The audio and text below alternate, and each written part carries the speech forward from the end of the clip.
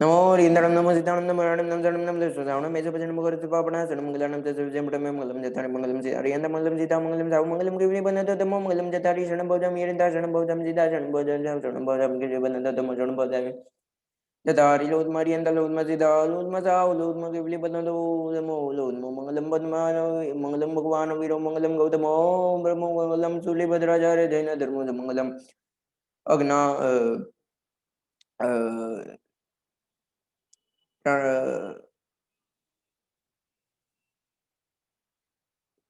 अंगूठी अमृत से लब्धि तना भंडार श्री गुरु गौतम समरी मनवंतित फलदातारा परंपरा नायक श्री सुधर्म स्वामी ने नमः मंगलम पद्मजीत मंगलम कनको गुरु मंगलम सूर्य देवेंद्र कला पूर्ण मंगलम सर्वारिष्ट प्रणाशाय सर्वाभिष्टार्थदायिने सर्वलब्धि निदानाय श्री गुरु गौतम स्वामी ने नमः अज्ञानतिमिरान्धं ज्ञानाञ्जन शलाकयान्यतरमुन्मीलितं येन तस्मै श्री गुरुवे नमः तस्मै श्री गुरुवे नमः।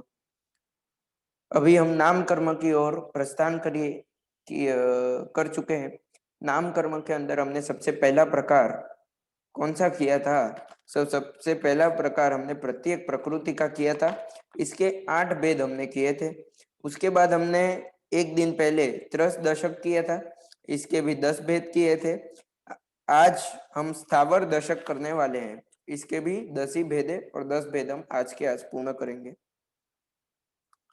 त्रस जीव यानी जो जीव हिल सकता है, हलन चलन कर सकता है, और यह जो जीव है यह बेन्द्रिय, तेन्द्रिय, चौरेन्द्रिय और पंचेंद्रिय यह सारे जीव हलन चलन कर सकते हैं, इसे त्रस जीव भी कहा जाता है। यह त्रस जीव जो है, यह त्रस जीव के हमने जो भेद होते हैं, त्रस जीव के जो परिणाम होते हैं, त्रस जीव के जो कैरेक्टरिस्टिक्स होते हैं, जो उनकी बोल सकते हैं तो विशेषताएं होती है, उनके जो प्रकार होते हैं, उनमें क्या क्या चीजें होती है, यह सभी हमने त्रस दशक नाम कर्म के अंदर पढ़ी। 10 प्रकार हमने पढ़े थे। आज स्थावर दशक नाम कर्म पढ़ेंगे। स्थावर जीव यानी कि वह जीव जो एक जगह पे स्थिर रहते हैं, अपनी इच्छा से हलन चलन नहीं कर सकते। हलन चलन कर सकते हैं लेकिन अपनी इच्छा से नहीं कर सकते। कभी हवा के साथ, कभी कोई दूसरे के साथ वह अपने आप चले जाते हैं, उनकी इच्छा होने के बावजूद भी और न होने के बावजूद भी।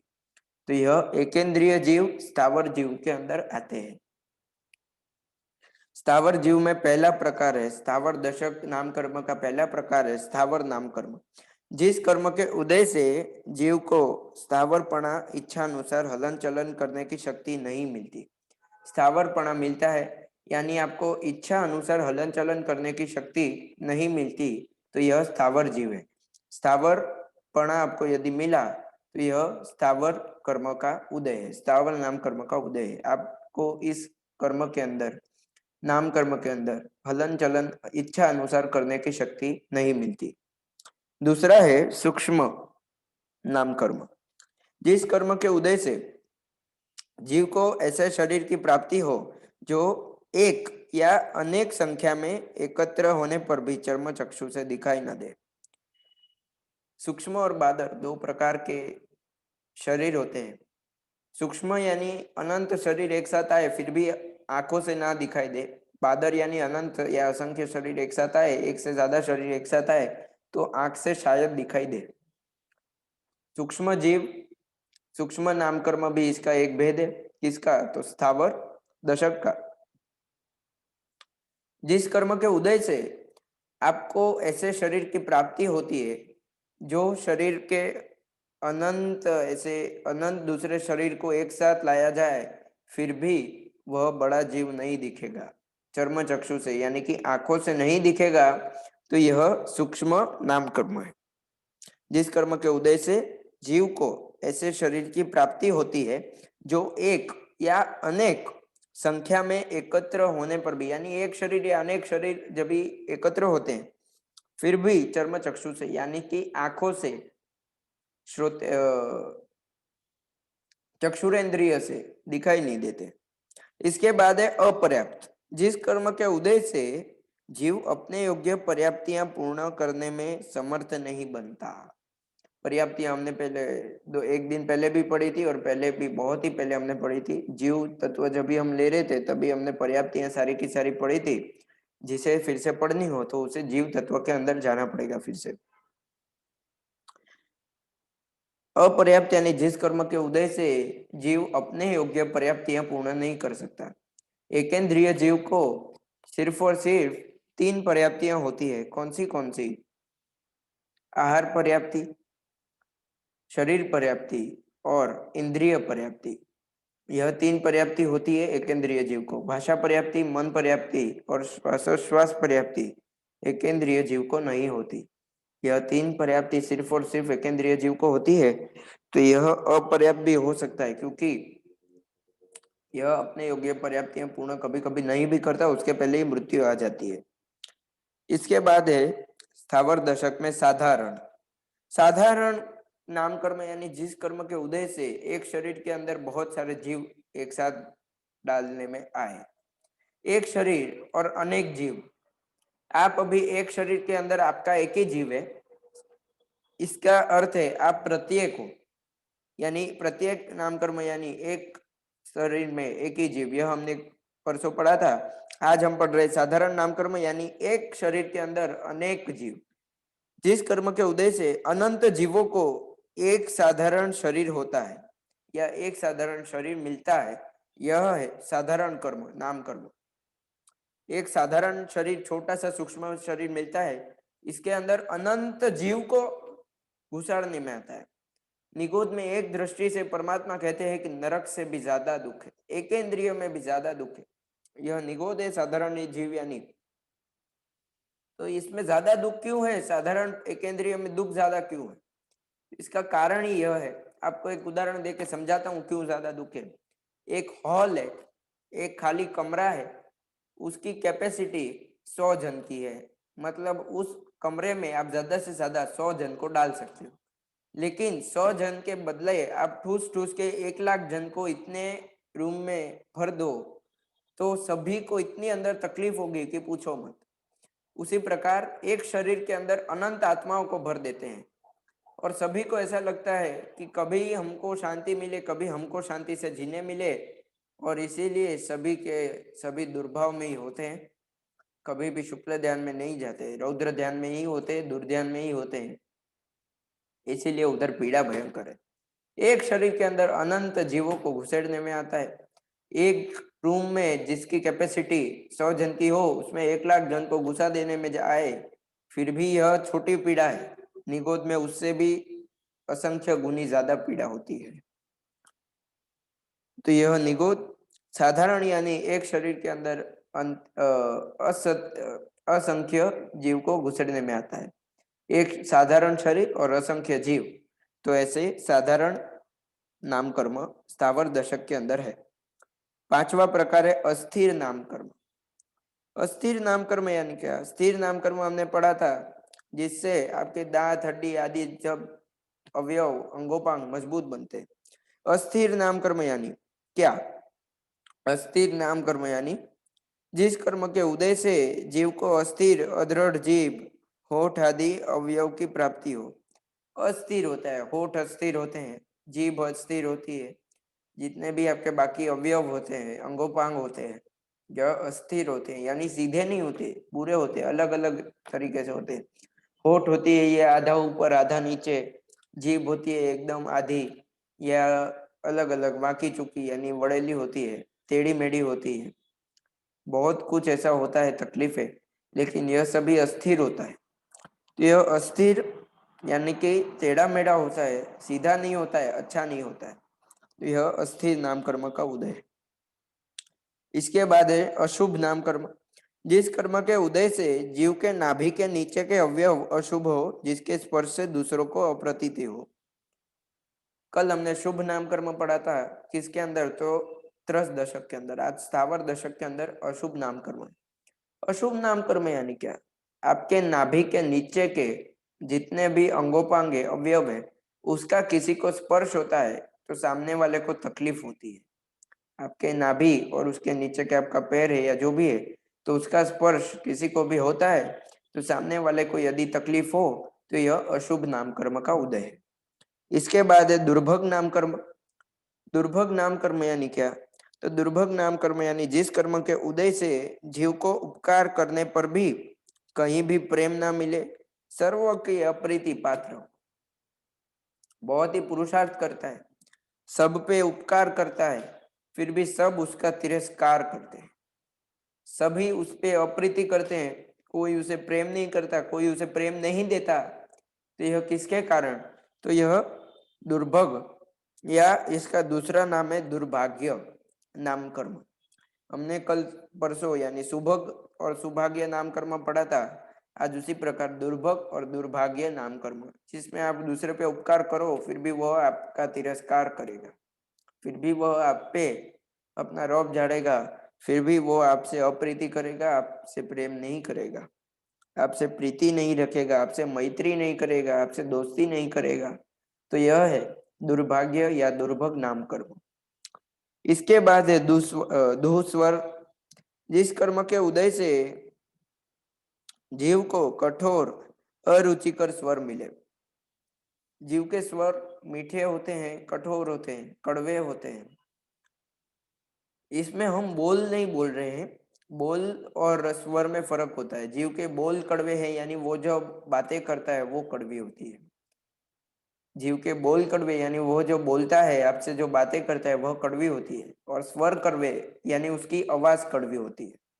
वह जैसे बात करता है उसकी जो आवाज होती है यह कड़वी होती है, या फिर कठोर होती है, या फिर बुरी होती है, मोटी होती है, या आपको पसंद ना आए ऐसी होती है। तो यह अरुचिकर होते हैं, जिसमें किसी की रुचि ना हो, किसी को पसंद ना आए, ऐसे उसका स्वर होता है, ऐसी उसकी आवाज होती है।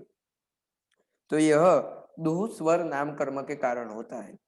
दुह स्वर नाम कर्म में जीव कर्म के उदय से जीव को कठोर और रुचिकर स्वर मिलते हैं। इसके बाद अनादेय नाम कर्म, जिस कर्म के उदय से जीव का युक्ति युक्त वचन भी मान्य नहीं रहता। अनादेय नाम कर्म यानी आप अच्छे से अच्छा सुझाव दो, उस सुझाव से सामने वाले का कल्याण हो जाने वाला है, उस सुझाव से सामने वाले को अच्छा लगेगा, सामने वाले का काम हो जाएगा, इतना अच्छा सुझाव है, फिर भी वह अमान्य कर देता है, आपका तिरस्कार कर देता है, आपका मानता नहीं। आपके सुझाव की, आपके मत की कोई वैल्यू यानी कि कोई प्रकार से आपके मत और सुझाव का मूल नहीं रहता। तो यह अनादेय नाम कर्म का उदय है। अनादेय नाम कर्म यानी आप जो भी बोलो उसका कोई पालन नहीं करता, कोई सुनता नहीं और किसी को उससे फर्क नहीं पड़ता, और आपका तिरस्कार भी हो सकता है, या फिर किसी को मान्य नहीं होता आपकी बातें। तो यह अनादेय नाम कर्म का उदय। इसके बाद 10वां है अपयश नाम कर्म, जिस कर्म के उदय से जीव को अच्छा काम करने पर भी सर्वत्र अपकीर्ति मिलती है। जीव अच्छा कार्य करता है, कीर्तिवान कार्य करता है जिससे उसकी वाहवाही होनी चाहिए, लेकिन फिर भी जीव का सब तिरस्कार करते हैं, जीव की सब बुराई करते हैं, जीव की अकीर्ति होती है, अपकीर्ति होती है, जीव को तकलीफ होती है, जीव को सब परेशान करते हैं। तो यह किसके कारण? तो यह अपयश नाम कर्म के कारण। यश मिलता है लेकिन कोई उसे उसका श्रेय नहीं देता है। किसी ने ऐसा बहुत बार होता है, घर में कोई कुछ काम करता है लेकिन उसे उसका श्रेय नहीं मिलता है। तो यह है अपयश नाम कर्म का उदय। आप कुछ कार्य अच्छा कर भी लेते हो लेकिन उसका आपको कोई श्रेय नहीं देता है, कोई मान सम्मान नहीं देता है, उसकी आपको कीर्ति नहीं देता है, लेकिन अपकीर्ति देता है। तो यह है हमारा अपयश नाम कर्म। आज यह 10 प्रकार हमने पढ़े स्थावर दशक नाम कर्म के। स्थावर दशक नाम कर्म के पहला प्रकार है स्थावर नाम कर्म। इसके अंदर आपको स्थावर जीव में जानना पड़ता है। यह जीव का ऐसा शरीर होता है जो बहुत सारे शरीर एक साथ आ जाए फिर भी आपको आंखों से, चर्म चक्षु से नहीं दिखेंगे। दूसरा है सूक्ष्म नाम कर्म। इसके अंदर आपको ऐसा शरीर मिलता है जो अपनी इच्छा से एक जगह से दूसरी जगह पे ना जा सके। मैंने उल्टा बोल दिया, माफी चाहता हूँ, मुझे क्या हो गया मुझे भी मालूम नहीं। स्थावर नाम कर्म यानी आपको ऐसा शरीर मिलता है जिसके उदय से या आपको ऐसे कर्म होते हैं जिसके उदय से ऐसा शरीर मिलता है जिसके अंदर आपको एक जगह से दूसरे जगह पर अपनी इच्छा अनुसार हलन चलन करने की शक्ति नहीं होती। दूसरा है सूक्ष्म नाम कर्म। इसके अंदर पहले में आपको शक्ति नहीं होती हलन चलन इच्छा अनुसार करने की। इसके अंदर आपको शरीर ऐसा मिलता है जिसमें एक शरीर में अनेक जीव होते हैं। एक शरीर के अंदर अनेक जीव भरने में आते हैं और यह बहुत सारे शरीर एक साथ आ जाए फिर भी आपको अपनी आंखों से चर्म चक्षु से दिखाई न दे, यह सूक्ष्म नाम कर्म। तीसरा है अपर्याप्त। जो जीव अपने योग्य पर्याप्तियां पूर्ण नहीं करता उसे अपर्याप्त कहते हैं। तो यह अपर्याप्त नाम कर्म का उदय, यदि आपने अपनी पर्याप्तियां पूर्ण करने से पहले मृत्यु हो गई तो यह अपर्याप्त नाम कर्म। इसके बाद है साधारण नाम कर्म। इस कर्म के उदय से आपको ऐसा शरीर मिलता है जिसके अंदर शरीर एक होता है, साधारण शरीर होता है, लेकिन उसके अंदर असंख्य अनंत जीवों को डालने में आता है। इसके बाद है अस्थिर नाम कर्म, जिसके उदय से आपकी जीभ, अड़, अधड़, होठ, अवयव आदि सब अस्थिर होती है, अदृढ़ होती है। तो यह हमारे अस्थिर नाम कर्म का उदय। अशुभ नाम कर्म, जिसके उदय से नाभि के नीचे के जितने भी अवयव अंगोपांग है, यह सारे किसी को भी स्पर्श कर जाए तो सामने वाले को उससे दुख होता है, तकलीफ होती है, पीड़ा होती है। तो यह हमारा अशुभ नाम कर्म। इसके बाद है दुर्भग नाम कर्म या दुर्भाग्य नाम कर्म। इसके अंदर आप सामने वाले पे उपकार कर दो फिर भी वह आपको के साथ मैत्री नहीं करता है, आपसे अप्रीति करता है, आपसे फ्रेंडशिप नहीं करता है, आपके साथ वह रहना नहीं चाहता है, आपको उससे परेशानी होती है। तो यह है दुर्भग या दुर्भाग्य नाम कर्म। इसके बाद है दुस्वर्ग नाम कर्म। दुस्वर्ग नाम कर्म के अंदर आप कितना भी मेहनत कर लो लेकिन फिर भी आपका आवाज जो है वह कड़वा होता है। आपके बोल की बात नहीं है, यह स्वर की बात है। आप जो भी बोलते हो यह कड़वा होता है, यानी आपकी आवाज जो होती है यह कड़वी होती है, किसी को सुनने में अच्छी नहीं लगती, कठोर होती है और कह सकते हैं कि रफ होती है, मोटी होती है, पसंद ना आए ऐसी होती है, जिससे तकलीफ हो वैसी होती है, अरुचिकर होती है। इसके बाद है अनादेय नाम कर्म। इसके उदय से आप कितना भी अच्छा सुझाव दो, कितने भी अच्छे वचन बोलो, फिर भी आपका आदर नहीं होता, लेकिन अनादर होता है।